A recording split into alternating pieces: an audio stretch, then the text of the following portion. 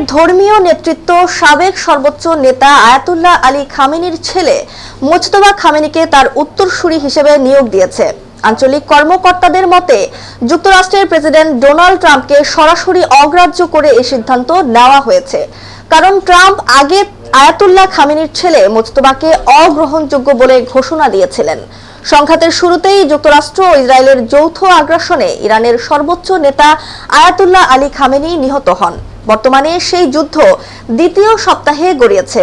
Ayatollah খামেনির উত্তরসূরি হিসেবে এরই মধ্যে তার ছেলে মোজতবা খামেনিকে নিয়োগ দিয়েছে ইরানের বিশেষজ্ঞ পর্ষদ। এই সিদ্ধান্তের মধ্য দিয়ে তেহরানে কট্টরপন্থীরা আরও দৃঢ়ভাবে ক্ষমতা ধরে রাখল। এ পদক্ষেপ যুক্তরাষ্ট্র ও ইসরায়েলের সঙ্গে ইরানের চলমান যুদ্ধের গতিপথ বদলে দিতে পারে এবং এর প্রভাব মধ্যপ্রাচ্যের বাইরেও বহুদূর পর্যন্ত ছড়িয়ে পড়তে পারে। মনীষা ইসলাম, নিউজ 21 ইন্টারন্যাশনাল ডেস্ক।